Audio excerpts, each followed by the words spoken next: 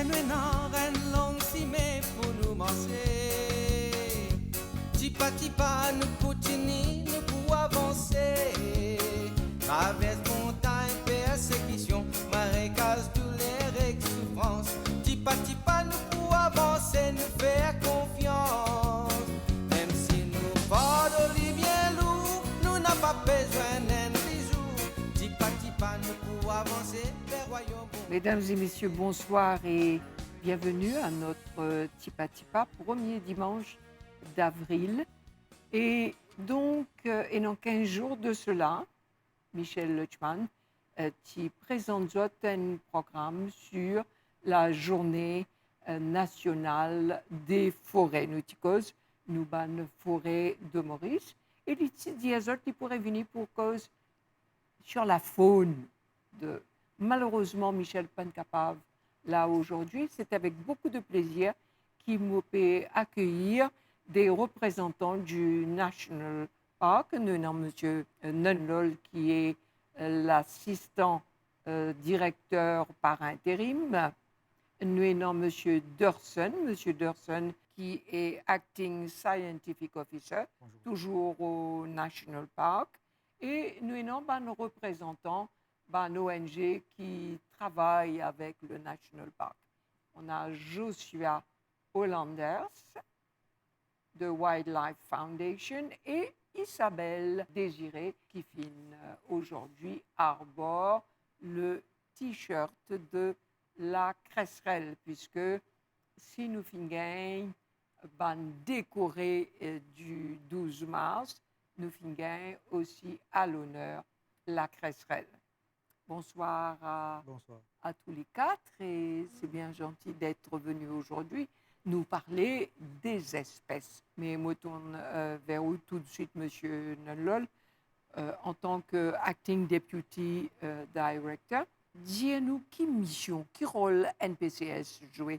Le parc national l'a créé en 1994 quand nous venons avec la loi pour protéger l'espèce.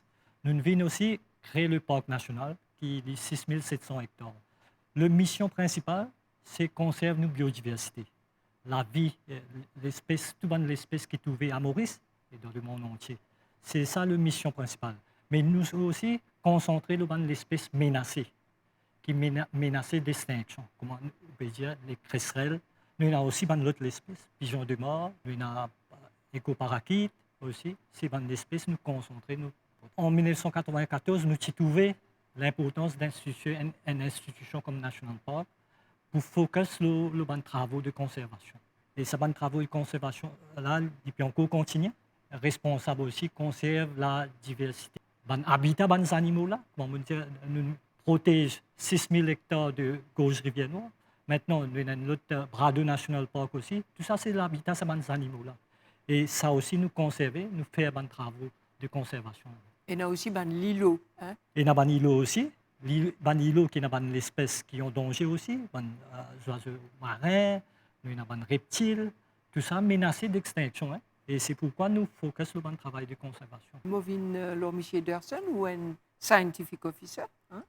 Et donc, est-ce que vous pouvez causer un petit peu, donne-nous un nom des différentes espèces qui se travaillent, qui en voie de disparition, par exemple? Oui. En fait, à Maurice, quand nous causons Island, quand nous causons Maurice, nous avons 9 espèces d'oiseaux qui sont en danger, qui existaient seulement à Maurice. Nous ne pouvons pas trouver ça ailleurs dans le monde. Si nous ne pas protégés à Maurice, nous ne pouvons pas trouver dans la génération future. Nous avons 9 espèces, dont la casserelle, le pigeon des morts, des grosses catovéettes, nous avons l'ivoire et plusieurs comme ça. Hein. Et nous avons aussi, le seul mammifère qui nous restait à Maurice, c'est la chauve-souris. Et nous avons deux qui sont endémiques, la roussette, comment nous dire, ça qui mange fruits. Et un autre qui reste dans la cave qui nourrit des insectes. Et dans la forêt, nous trouvons beaucoup de cerfs, hein, qui, dans la chasse. Oui. Et est-ce qu'il y a aujourd'hui, par exemple, longtemps, tiennant lièvre? Oui. Est-ce qu'il y a aujourd'hui, à côté, un cochon marron? Dans le parc national, nous pouvons faire tout pour nous retirer cette espèce-là parce que c'est un danger pour nous, une espèce qui nous peut protéger. Par exemple, le cerf. Par exemple, le cochon marron, nous avons pu faire un travail pour empêcher de rentrer dans les parcs. Et les autres espèces comme les rats, tout ça, qui sont en danger, nourrir des savannes des savannes d'espèces qui ne peuvent protéger là. Et même autres consomment des savannes petits oiseaux là. Mhm. Alors, donc, National Park travaille avec beaucoup ONG nationales et internationales, moi supposé. Et donc, aujourd'hui, nous avons 2 représentants, Wildlife Foundation, nous avons Isabelle Désiré, ou Faune Coordinator. Oui. Alors, et donc, nous avons cause extinction, disparition. Est-ce que vous pouvez raconter un petit peu, quand nous cause Maurice, nous cause extinction de l'eau? Au fait, la dodo, quand nous causons, nous disons campagne hollandais qui vient qui mange tout nous dodo. Mais avec les temps, nous avons découvert que là, au fait, je pas vraiment apprécier dodo là en lui-même sur la chair. Et tu as certains récits qui te disent qu'il n'est pas un bon goût, il est amer, donc c'était pas vraiment délicat, si on va dire. Mais c'est plutôt les petits camarades qui ont amené dans un bateau. C'est ça qui cause l'extinction en lui-même du dodo. Parce que dodo, il pond un dixième par an. D'après le récit, c'est un dixième par an. Et les rats, quand ils viennent, ils trouvent 10 là parce que les pond 10 là, ils ne peuvent pas faire ni, ils ne peuvent pas qu'ils pond 10 là quelque part là, qui fait qu'il n'est pas dans un endroit qui n'a aucun prédateur, qui n'est pas dans un qui ne pose aucun danger contre lui. Et qui fait que là, les rats, ils trouvent ça une proie facile et qu'ils mangent tous les 10 œufs. Et vu qu'ils peuvent prendre un 10 par an avec les temps, ils ne peuvent pas reproduire, pas regazer. Et c'est ça qui une partie qui cause, un facteur qui cause la disparition du dodo. Alors, mais Wildlife, ou en tant que coordinateur, qui vous travaille?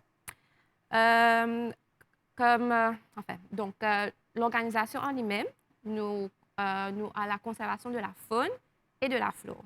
Et au niveau de la faune, c'est des oiseaux qui sont en danger critique avec qui nous travaillons. Donc, on a plusieurs projets. Donc, on a la quesserelle, on a le cateau vert, on a des passereaux, plusieurs types de passereaux comme l'oiseau à lunettes, on a le cardinal de Maurice, on a aussi le maire cuisinier et on a aussi pigeon des morts. Donc, du coup, on a plusieurs équipes qui travaillent sur ce projet-là spécifique. Et moi, mon rôle en lui-même, c'est aider un petit peu la facilité au niveau logistique et aussi coordonner un petit peu le projet, c'est un petit souci, etc. Donc ça, c'est un peu mon rôle en tant que coordinateur. Alors, Joshua, la cresserelle, il cause beaucoup sur la cresserelle. Et donc, combien il y en a aujourd'hui à Maurice? La cresserelle, il y en a environ 300 individus à Maurice qui une population l'Est et l'Ouest. Ce qui, du monde, besoin comprendre, nous besoin qu'on fait la distinction entre une espèce endémique, exotique et indigène. La kestrel est endémique, juste dans Maurice. Une espèce exotique comme Martin, c'est du monde, mais il y a introduit pas du monde, on appelle exotique. Une espèce indigène, c'est l'ivini naturel, c'est l'évolution naturelle qui a mené, comme à Payanque. Donc, nous, à la Wildlife, nous travaillons avec une espèce endémique qui est en voie de disparition, qui est vraiment en danger, qui a beaucoup de compétiteurs, qui un manque d'habitat, comme la kestrel. Si tu as un habitat, nous avons besoin de provide une nest box. Nous-mêmes, nous arrangeons une nest box qui est une boîte rectangulaire qui nous mettait et nous relâche kestrel et nous trouvons qui est habitué, je peux pas dire, là-dedans. C'est ça, en gros, qui la wildlife fait. Mais disons, où est 300, et qui je t'attends? Combien je voulais gagner, arriver? C'est une question difficile. Une question difficile. L'habitat en elle-même à Maurice, nous avons cause l'habitat, nous avons cause un prédateur. Le chat, quand on disait une kestrel, nous avons mangousse, nous avons zaco qui crée beaucoup de dégâts. Nous pouvons faire nous mieux au niveau du monde qui est au terrain. Pour moniteur et augmente la population. Et conscientise la population. Bien sûr. Et donc, peut-être me retourne vers où comment on se conscientise du monde pour protéger ces animaux contre la pollution, contre l'environnement? Comment ça se passe dans les forêts où on jette n'importe quoi? Non, les vrais, nous besoin engage avec le public pour la conservation. Nous ne pouvons pas faire nous tout seuls, ni avec les ONG, juste nous, gouvernement et l'ONG tout seul. Nous besoin support le public. Et aussi, nous besoin conscientiser l'importance pour nous conserver. Et aussi, nous avons ça, le public besoin sa responsabilité. C'est-à-dire qu'on va visiter le parc, nous besoin pour eux, comme un loisir, mais faire les loisirs là responsablement. C'est-à-dire ne pas être saleté, ne pas polluer la rivière, ne pas collecter le plan, surtout il y a un plan raw, il y a une collection qui nous besoin pas faire. Illégal aussi, mais nous besoin faire le loisir là responsable. Nous besoin et aussi nous avons une campagne de conscientisation ensemble nous faisons dire un partenaire comme Motion Wildlife Foundation pour conscientiser le public et aussi l'éducation écolier. Nous commençons à faire peut-être avant nous pas maintenant nous avons un curriculum primaire. Nous avons ça vous trouvez dans le livre science tout ça et nous cause l'importance de préserver une espèce endémique qui a apporté à Maurice. Mais c'est un peu ça, nous le travail qui nous fait. À l'école, tout ça, nous faisons une conscience. Oui. Et pour nous, nous avons une équipe spéciale qui occupe au niveau de l'éducation et aussi fait la conscientisation du public. Et nous avons 3 personnes, c'est une équipe de 3 personnes. Donc, je t'ai dans mon école, je fais ma présentation. Je t'explique un petit peu l'urbaine espèce qui est endémique. Explique aux élèves aussi la distinction entre natifs. Explique un petit peu en général la biodiversité. Et aussi, nous faisons un programme que là, nous donnons une plante endémique en donation à l'école et faire les enfants participer comme je connais qui est une plante qui est propre à Maurice. Et nous aussi faisons un programme avec, parce que les îlots aussi, il y a assez affectés, parce que nous avons des gens qui allaient dans le bateau, qui a fait un petit barbecue, il y a des différents qui ne pas connaissent qu'il y a certaines espèces qui sont en danger par rapport à ça. Et là, nous faisons un programme avec un skipper et aussi National Coast Guard. Nous allons nous faire une causerie, nous allons un îlot, nous faisons aussi d'un coup de mire ramasser une saleté, expliquer pourquoi qui fait nous disait pas qu'il y a une saleté quand nous allons. Comme ça, ça, petit à petit, nous essayer comme si implémente l'idée de pourquoi certaines actions capables causent problème à la biodiversité. Oui. Alors, M. Dorson, vous finissez cause la chauve-souris. Et nous connaissons que la chauve-souris lui cause un gros dommage. Et nous avons aussi une ONG qui pour la protection de la chauve-souris. Et donc, peut-être Joshua, il cause capable cause un petit peu les animaux qui causent problème et qui pourtant peut protéger ou pas. Bon, la chauve-souris, elle est protégée à Maurice. Et cette espèce-là, auparavant, elle était en danger. Elle était à peu près 20 000 à l'époque.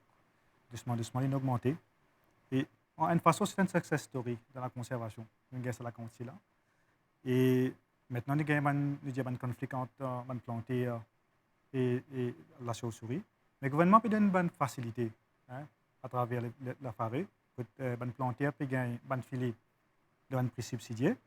Et peut conseiller ces plantés-là aussi, comment pour bien mettre ce filet-là et pour qu'ils ne soient pas perdus de bonnes fruits. Est-ce que vous pensez que Joshua qui ban filet assez protège ban pied? Parce que par exemple dans Kiopip, nous connaissons beaucoup de fruits, mais chauve-souris, les pullulés dans Kiopip. Alors, est-ce que ça veut dire qu'il y a des choses qui les intéressent? Quand vous marchez dans le National Park, vous avez le nombre de chauves-souris qui est là, il est incroyable. Incroyable dans les ciels, vers 5h, 6h dans l'après-midi. Incroyable. Nous avons tellement de chauves-souris à Maurice. Comme M. Vikram a dit, c'est une success story dans la conservation. Filet pour protéger les fruits, parce qu'il y a l'aspect financier que les plantes peuvent perdre de récolte à travers la chauve-souris qui peut manger les fruits. Mais pour nous, au niveau de la wildlife, nous pas fournir aucun net, aucun filet.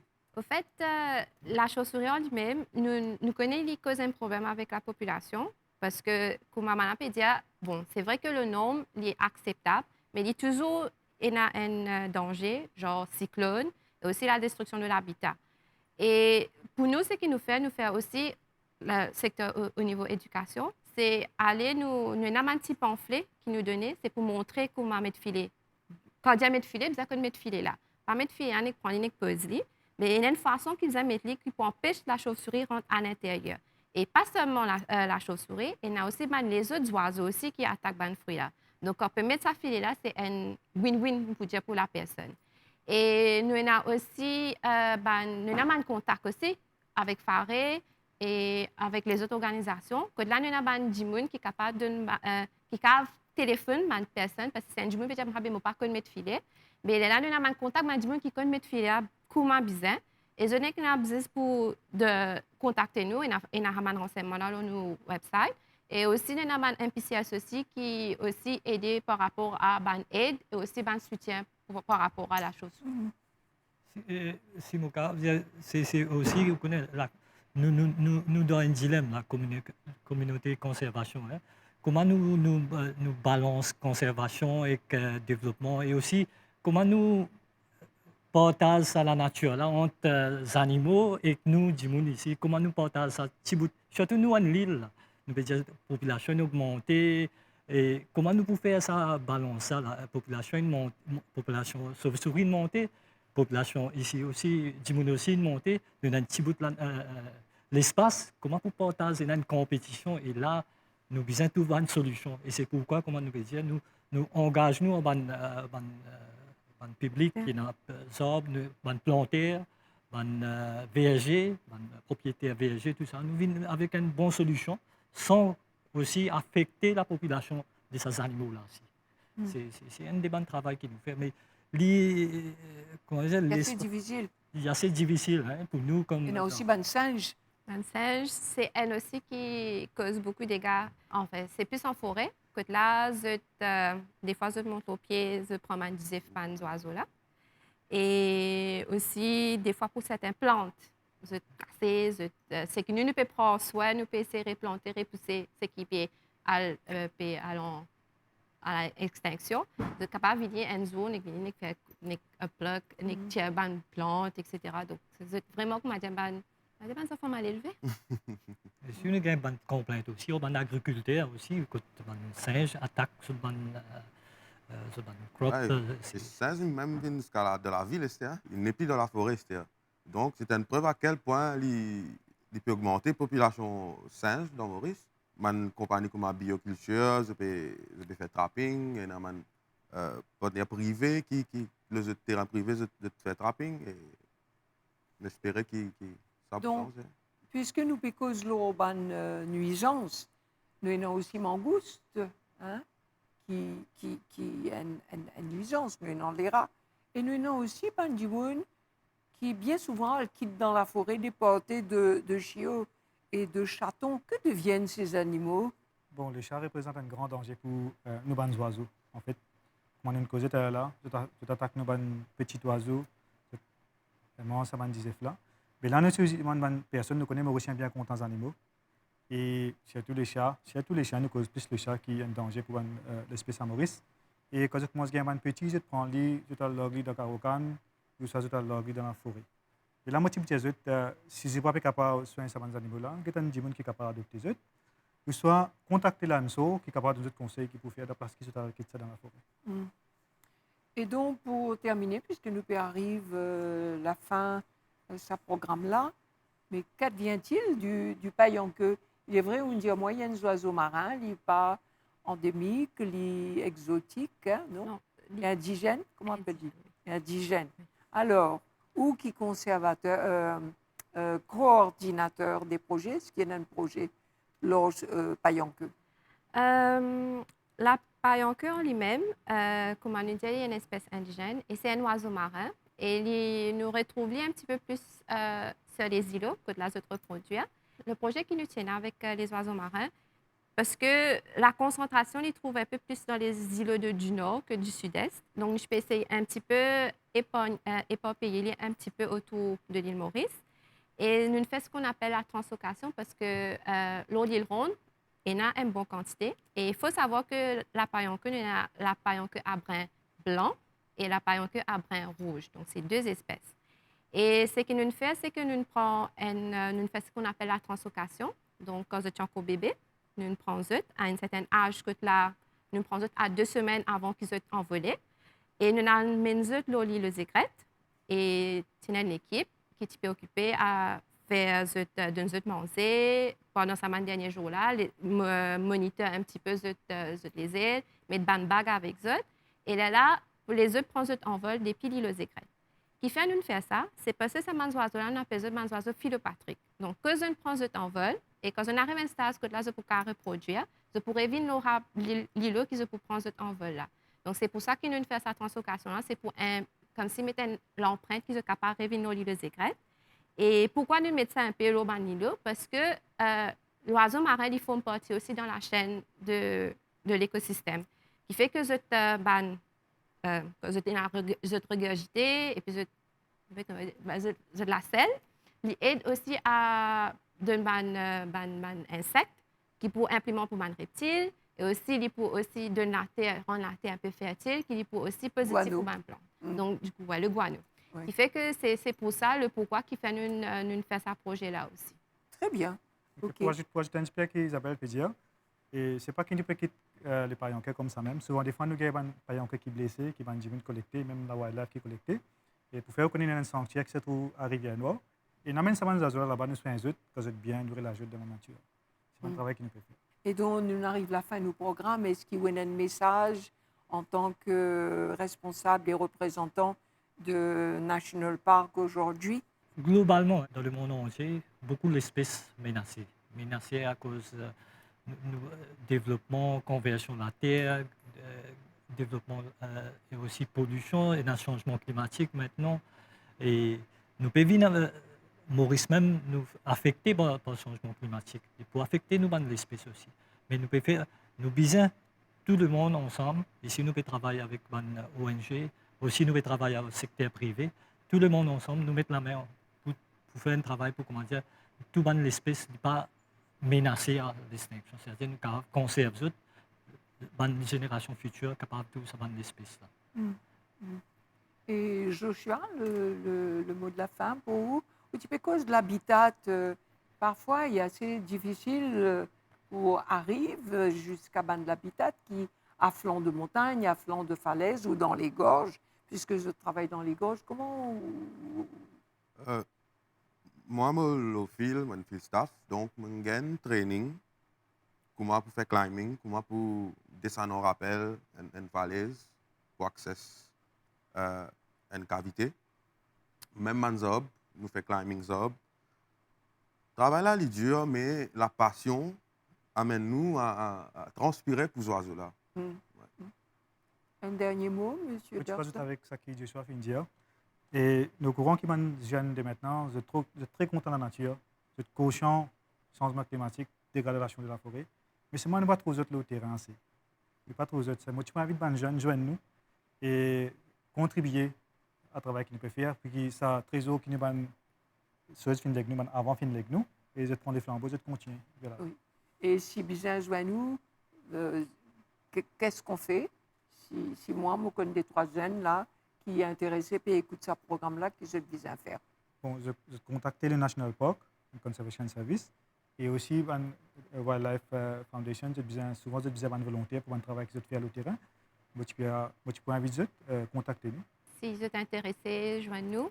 Et souvent, nous recrutons. Donc, si nous avons un site web, là que vous êtes rentré, c'est le mauritianwildlife.org. Que là, vous êtes rentré et je peux trouver qu'à chaque fois, nous page, nous pouvons recruter, nous pouvons une demande, surtout aux Mauriciens, ce qui intéresse les jeunes, de venir nous rejoindre aussi parce que le travail qu'il nous fait là, il est assez tough, c'est vrai. Mais comme Joshua peut dire, si vous avez une passion pour la conservation et surtout pour les oiseaux qui propres à Maurice, donc nous la porte bien grand ouvert et vous êtes most welcome pour donner un coup de main. Voilà, merci beaucoup d'être venu aujourd'hui.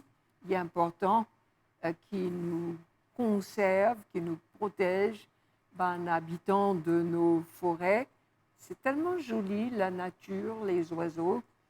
et dont nous espérons qu'ils s'abandonnent l'appel là, sinon surtout des jeunes qui peuvent écouter nous, qui parfois ne pas connaissent quoi pour faire, qui pour faire quoi pour aller, et non dans la forêt, et non dans la ONG, et non National Park, qui est capable de vivre pour eux, pas seulement un loisir, mais un but dans la vie. Merci de votre attention et à dimanche prochain pour un autre. Tipa Tipa, nous avançons. Livrez-nous une reine longue si mais pour nous manger. Tipa tipa nous continue